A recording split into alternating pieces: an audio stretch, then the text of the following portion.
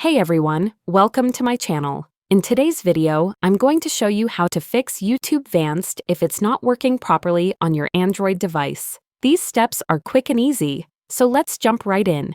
Start by opening your phone's settings. Scroll down and tap on Apps or App Management. At the top, you'll see a search bar icon. Tap on it and type YouTube to quickly find the app. Once YouTube appears in the results, tap on it to open its settings. Now tap on Storage and Cache and hit Clear Cache. This removes temporary files that could be causing the app to crash or behave strangely. Go back to the App Info screen and tap on Permissions. Make sure key permissions like storage, microphone, camera, and network access are allowed. Sometimes missing permissions can prevent YouTube Vanced from functioning properly. Finally, make sure that YouTube app is updated to the latest version.